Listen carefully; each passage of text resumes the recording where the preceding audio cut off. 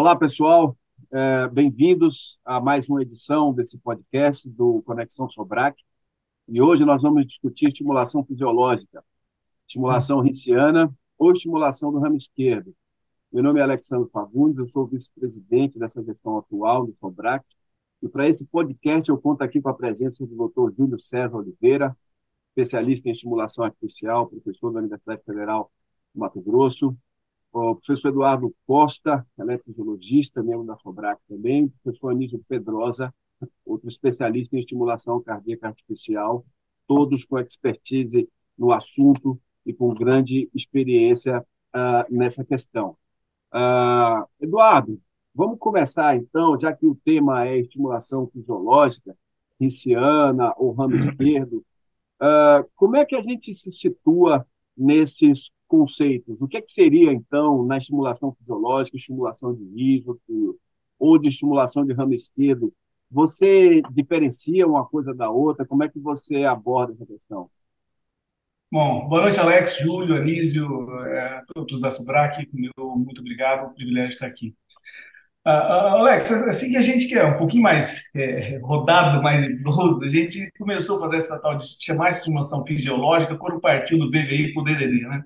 Ali a gente já começou a chamar que aquilo era fisiológico. E a gente foi vendo, na verdade, que a estimulação apical é ruim, é deletéria, os ajustes necessários para um sincronismo atrioventricular e intraventricular são cada vez mais é, é, é a nossa busca, né?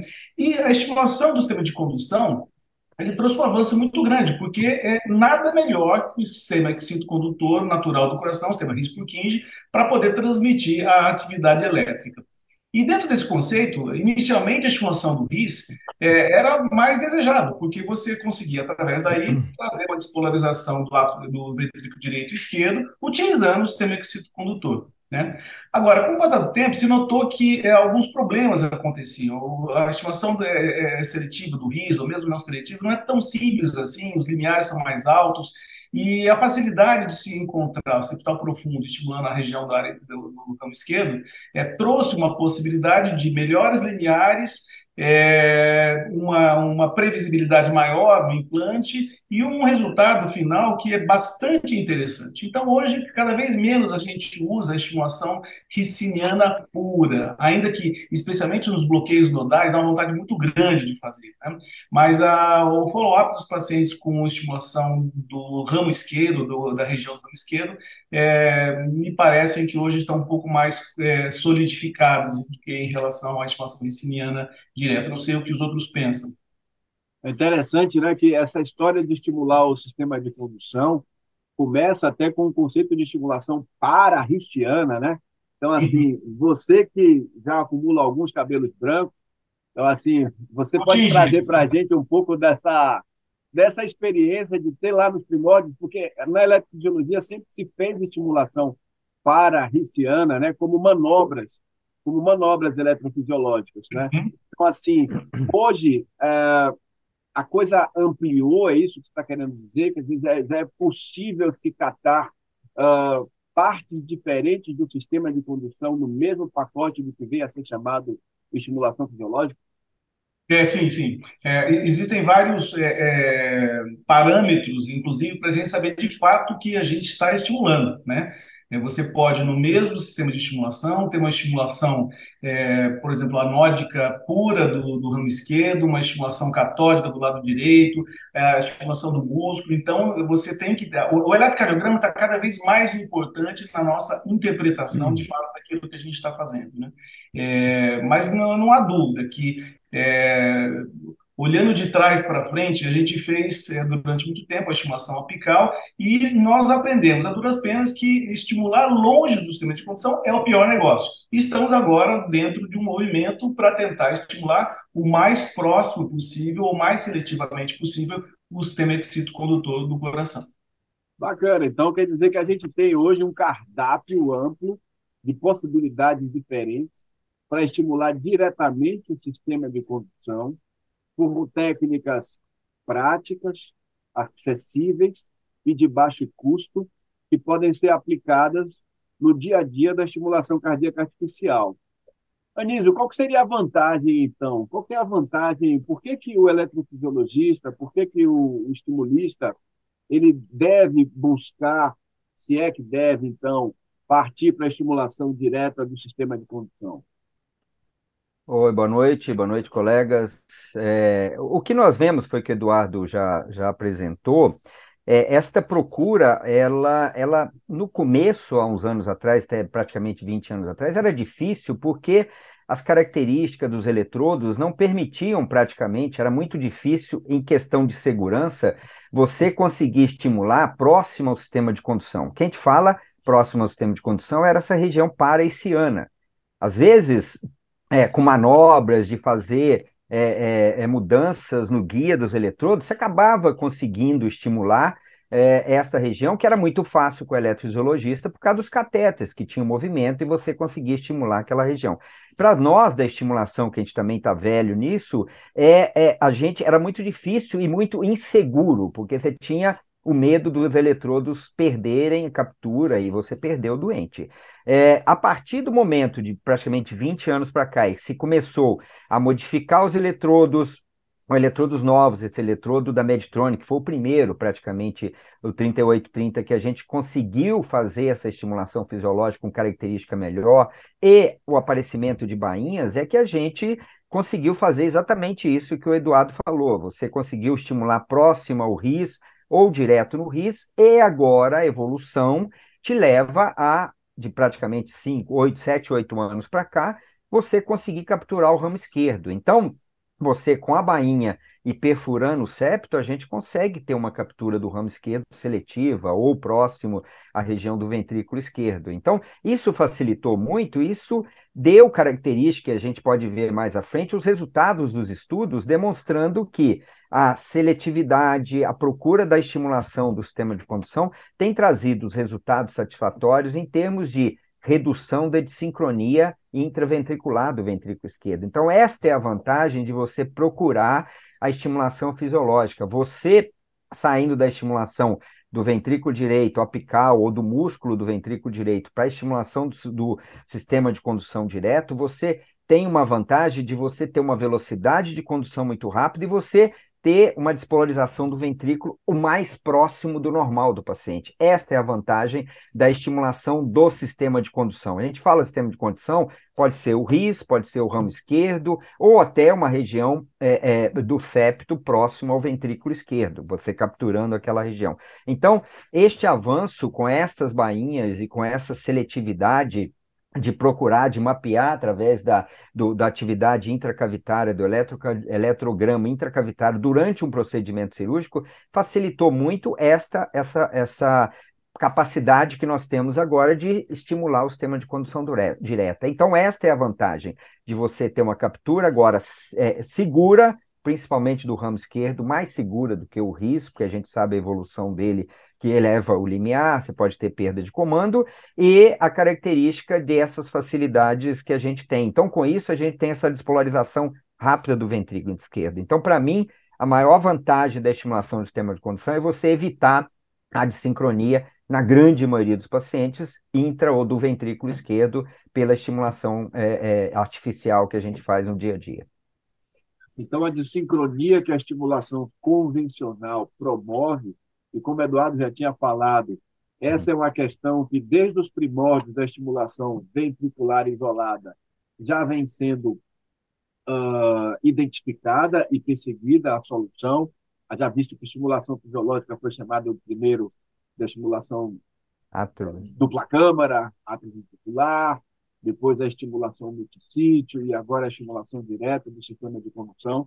A busca por evitar esse problema de piorar a função ventricular por desincronia intra e interventricular segue agora, parece, com um alento a mais. Qual seria, então, Júlio, as diferenças práticas e de resultados, fisiologicamente falando, de se estimular, então, a nível do peixe de ris ou a nível do ramo esquerdo do peixe de ris?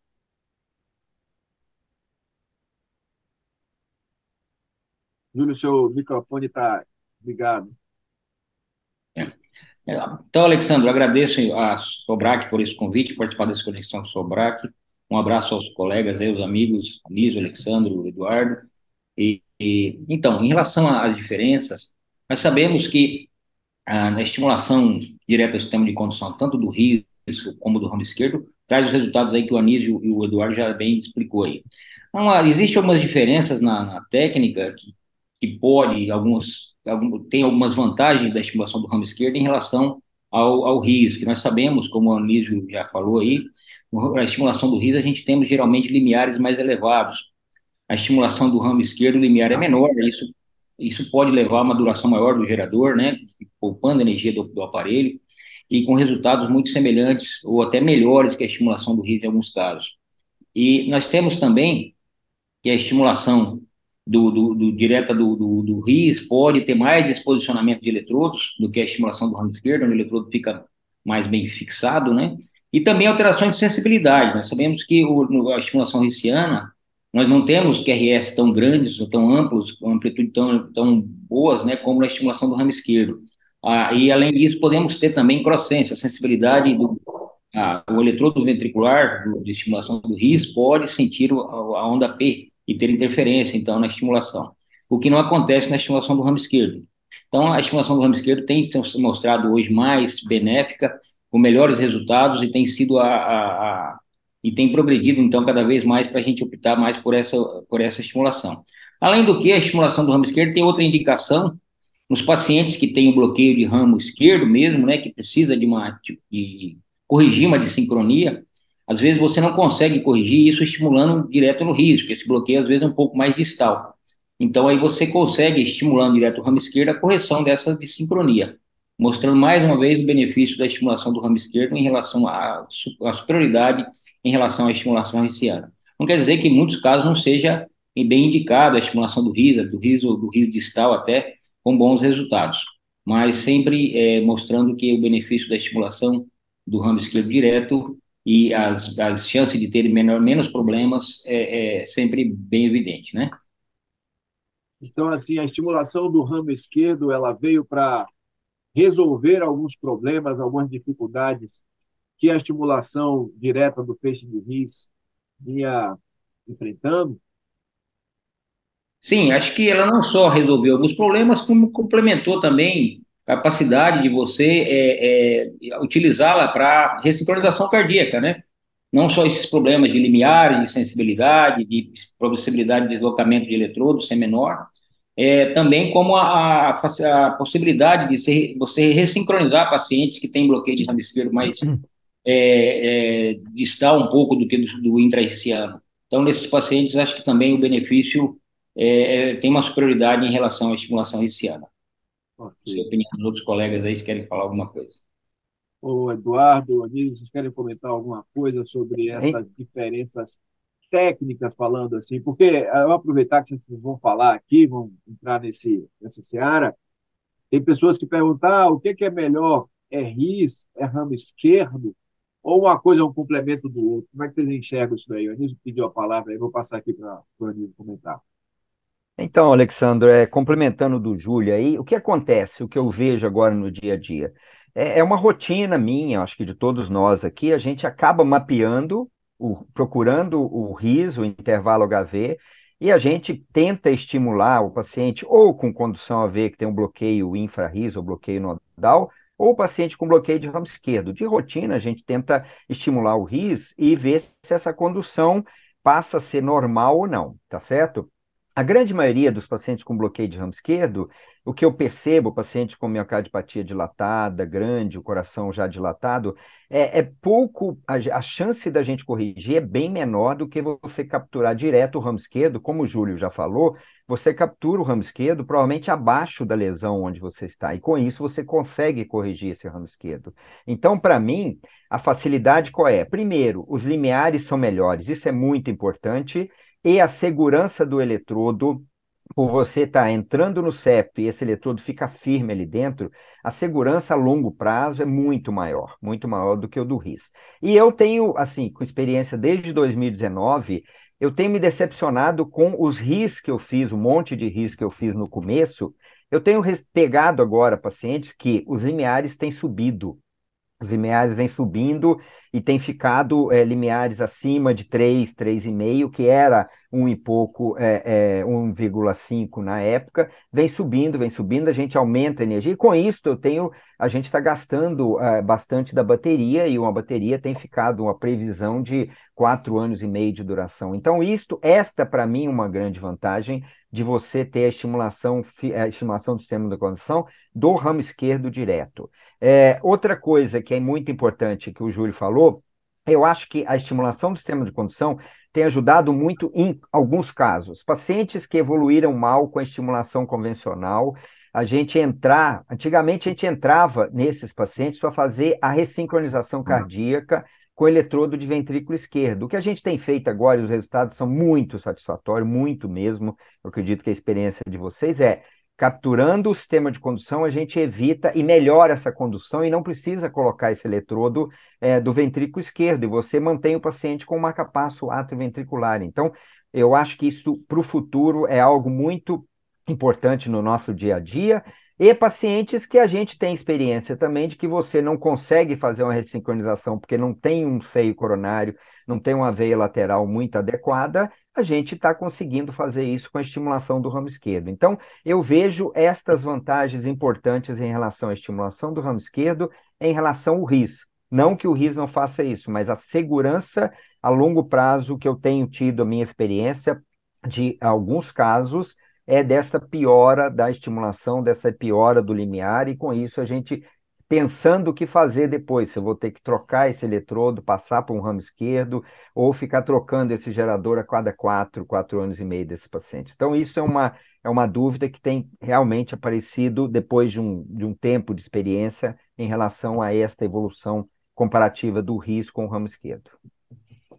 Eduardo, quer comentar alguma coisa sobre essas diferenças aí? O fato de você precisar perfurar o septo interventricular para alcançar o ramo esquerdo, isso pesa alguma coisa na sua decisão? Algum tipo de complicação te deixa apreensivo no momento de uma tomada de decisão dessa ali em loco? Alexandre, eu acho o seguinte, existem, mais do que as técnicas, eu acho que eu costumo dividir didaticamente, né, o grupo de pacientes que precisa de marca-passo em 3 grupos. Ele, por exemplo, que tem uma disfunção sinusal pura, bradicardia sinusal, PR normal, QRS estreito, ou que tem uma hipersensibilidade carotídeo, é o tipo de paciente que vai precisar de muito pouca estimulação ventricular ao longo do tempo, né? Então, você pode até colocar septal profundo, região, mas o benefício clínico possivelmente vai ser muito pequeno, ou vai atingir um grupo pequeno de pacientes ao longo do tempo. O segundo grupo é aqueles pacientes que têm o distúrbio de condução atrioventricular, que vão precisar, sim, de marca-passo, nos quais você, claro, deve evitar o que for possível gerar um sincronismo. Nesses pacientes, eu acredito que a estimulação do sistema de condução tem um papel bastante interessante do ponto de vista clínico, evitar o desincronomiopatia ao longo do tempo. E tem um terceiro grupo, daquele paciente que já tem bloqueio de esquerdo, já tem insuficiência cardíaca, que você tem que corrigir isso, né? Nesses pacientes, a ressincronização clássica funciona? Claro que sim. Hoje a gente tem técnicas, por exemplo, de você fazer um sistema híbrido, colocando eletrodo no seio coronariano e estimulando também o ramo esquerdo, né? No formato que chama Lotus-Barty, que você tem benefícios ainda maiores do que simplesmente a ressincronização. Então, tudo vai depender do quanto necessário você precisa ter estimulação ventricular. Às vezes você pega um senhor de 90 anos, coração com função cardíaca normal, uma bradicardia sinusal. Honestamente, eu não sei o quanto de esforço eu tenho que fazer para colocar septal profundo. Talvez eu não tenha que fazer esforço. Em contrapartida, um cara de 30 anos com bloqueio de ramo esquerdo, vou ter que buscar, né? Então, acho que nós temos que lembrar também que os materiais, ainda que sejam mais adequados hoje, eles não estão longe ainda de ser ideal, né? Não são todos os pacientes que a gente consegue fazer uma estimulação adequada, atravessar o septo adequadamente. E eu, particularmente, eu uso um pouco desse raciocínio antes de definir se eu vou precisar muito ou não da estimulação ventricular. Então, a gente tem no arsenal terapêutico agora a possibilidade de resolver bradicardia, de tratar insuficiência cardíaca, de prevenir disfunção ventricular, com ferramentas que nos permitem estimular diretamente o sistema de condução. Essa história já vem há alguns anos, né? Então, assim, já tem praticamente 20 anos que isso começou a ser aplicado na prática, desde os primeiros casos relatados pelo Dr. Deschmuck. Mas e como é que a gente está agora, pessoal? Vamos começar aqui pelo Júlio, se você quiser comentar alguma coisa. Já existem evidências que confirmem esta impressão de que a estimulação direta do sistema de condução, quer seja no RIS ou no ramo esquerdo, é a estimulação realmente fisiológica mesmo, é o nosso gold standard aqui. Sim, Alexandre, já temos alguma evidência, claro que, obviamente, ainda existem estudos em andamentos e essa evidência ainda não é tão robusta como já existe para, por exemplo, uma ressincronização cardíaca, mas temos já, inclusive, meta-análise de pequenos estudos, de estudos e também registros que mostram o benefício da estimulação do sistema de estimulação, da estimulação direta do sistema de estimulação, estimulação fisiológica, quando comparada com a estimulação apical de VD, vários estudos mostraram benefícios, séries de casos, registros, alguns estudos até randomizados, e temos também estudos mostrando já o benefício também da estimulação do ramo esquerdo, ou até mesmo a ressincronização para a estimulação do RIS, quando comparado com a terapia de ressincronização cardíaca, com resultados semelhantes e muitas vezes melhores do que a estimulação da ressincronização cardíaca. Resultados tanto na classe funcional, como também na qualidade de vida, no remodelamento cardíaco, através da ecocardiografia. Então, temos já algumas evidências. Claro que não tão robustas ainda, que isso não trouxe ainda para nós, nas diretrizes tanto europeias como as nossas diretrizes, uma indicação classe 1 ainda para essa estimulação fisiológica do coração, tanto nas indicações de marca-passo como a indicação de ressincronização cardíaca. Porém, já temos indicação até 2A de ressincronização e de marca-passo em alguns casos. Então, assim, ainda existem estudos em andamentos. Inclusive, no Brasil, nós temos aí um estudo, né, que está em andamento, acho que todos aqui estão participando, que é o estudo FISO-SYNC, né, que vai mostrar o resultado quando estamos comparando a ressincronização com a estimulação biventricular e comparando com a ressincronização utilizando a estimulação direta do ramo esquerdo, para ver se vai ser pelo menos igual ou até melhor do que a ressincronização com a estimulação biventricular. Então, existe aí a evidência sim, mas ainda precisamos de estudos maiores e randomizados e com N maior para definir esse tipo de estimulação. Eu vou aproveitar aqui o Anísio e o Eduardo para comentar, eu queria ouvir a opinião de vocês, o que é que vocês acham que temos hoje de mais relevante tirados desses estudos aí que o Júlio comentou? Séries de casos, estudos retrospectivos, meta-análises e alguns pequenos estudos randomizados. O que é que tipos de desfechos esses estudos já mostraram para a gente de vantagem com a estimulação direta do sistema de condução? É largura do QRS, é remodelamento cardíaco, qualidade de vida, mortalidade. O que é que vocês podem acrescentar aqui para a gente, o que vocês acham relevante que já tem publicado aí na literatura?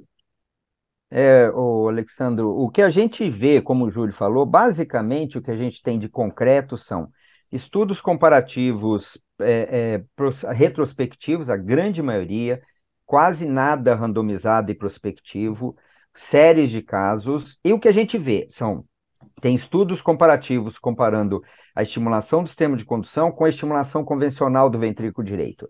Esses estudos demonstram para a gente que o remodelamento com reverso ou não remodelamento com a estimulação do sistema de condução é nítida, você tem uma manutenção da função cardíaca nesses pacientes, enquanto que você tem estimulação convencional, uma série deles, uma tendência à redução da fração de ejeção, uma dilatação desses ventrículos. Então, os endpoints desses dois estudos fração de ejeção que tem uma tendência a piorar com a estimulação convencional, enquanto com a estimulação do sistema de condução, ela se mantém.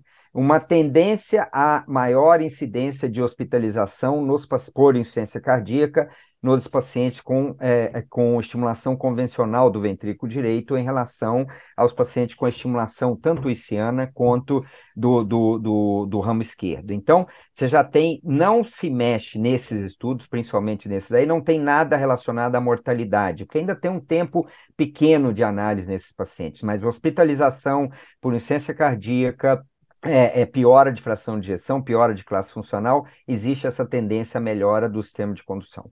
Nos pacientes com disfunção ventricular, que não seja os pacientes com fração de ejeção tão rebaixada, abaixo de 35, já se demonstrou que a estimulação convencional neste grupo ela é bem pior do que se você estimular o sistema de condução direta. Então, é aqueles doentes entre 35, 36 de fração de ejeção até 50, 55. Esses doentes, a estimulação convencional, ela evolui bem pior, com piora da taxa de insuficiência cardíaca, de internações por insuficiência cardíaca, até mortalidade por insuficiência cardíaca, mas a mortalidade geral ainda não se mexeu. Você tem uma melhora, uma tendência maior da melhora da fração de ejeção com a estimulação do sistema de condução e uma tendência à queda quando esses doentes são estimulados de modo convencional. Então, essa tendência muito grande de você não piorar esses doentes que já têm uma disfunção moderada, até melhorar em relação à estimulação convencional, tá certo?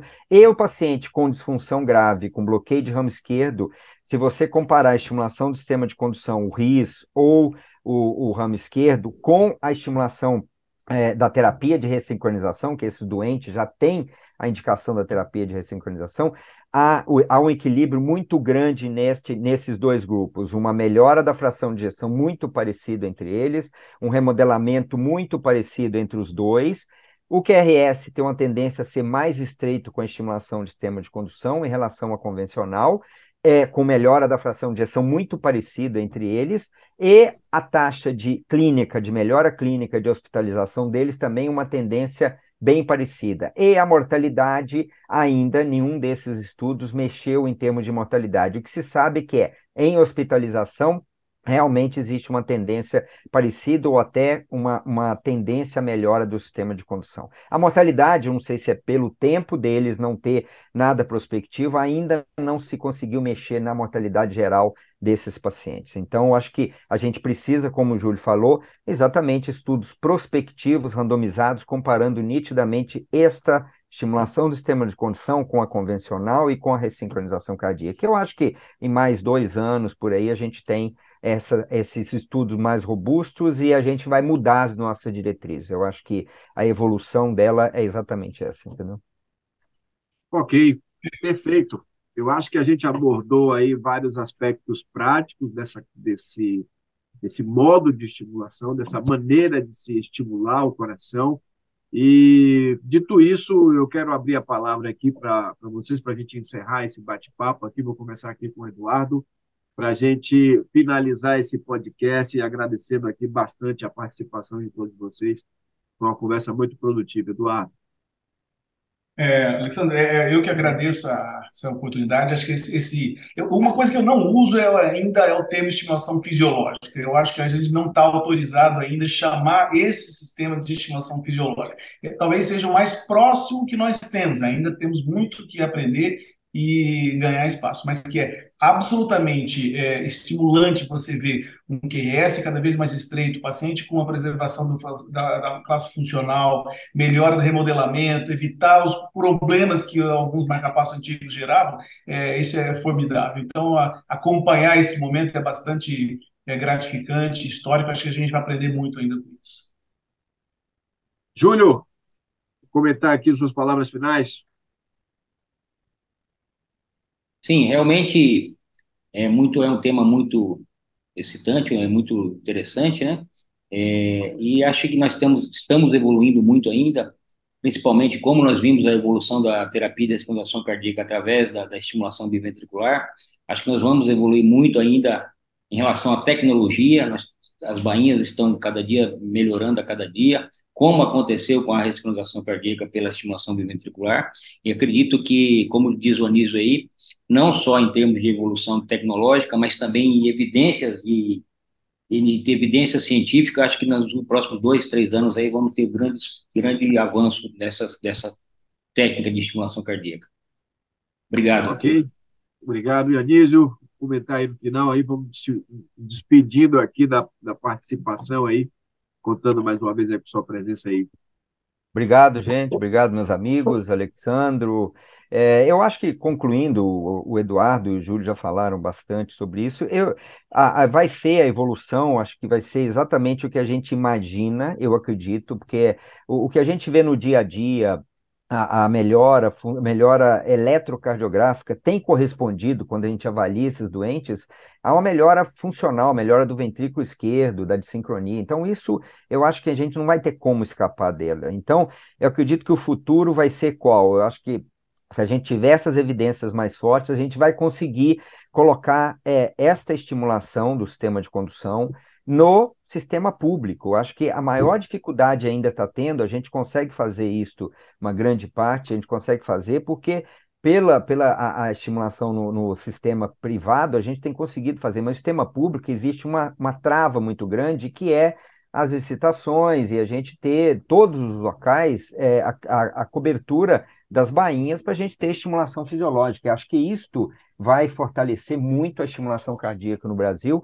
e acredito que com essas evidências, mais uns 2 anos, a gente vai ter isso em todos os locais, e vai facilitar muito a estimulação cardíaca no Brasil todo. Eu acho que o futuro está aí, por pouco tempo a gente vai ter que mudar esse paradigma do sistema público para o privado e vai ajudar muito a nossa população em relação a isso, né? Bom, pessoal, então a gente encerra mais uma edição do Conexão Sobrac, dessa vez um podcast sobre estimulação direta do sistema de condução. Rise, ramo esquerdo, quero agradecer demais aqui a presença dos colegas Eduardo Costa, Anísio Pedrosa, Júlio César Oliveira, um bate-papo muito produtivo. Agradeço a todos e aguardamos a presença de todos aí na próxima edição. Muito obrigado. Obrigado, boa noite. Obrigado, um abraço a todos.